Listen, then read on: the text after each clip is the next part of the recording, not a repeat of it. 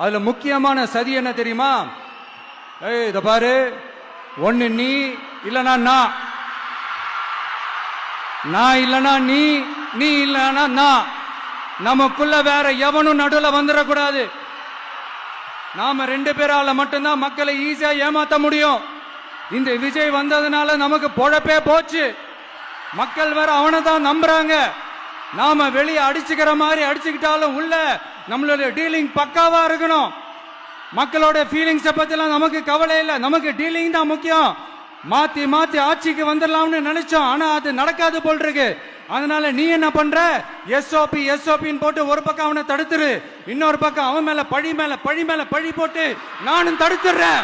என்ன ஓகேவா? டீலிங் ஓகேவா? ஓவர்.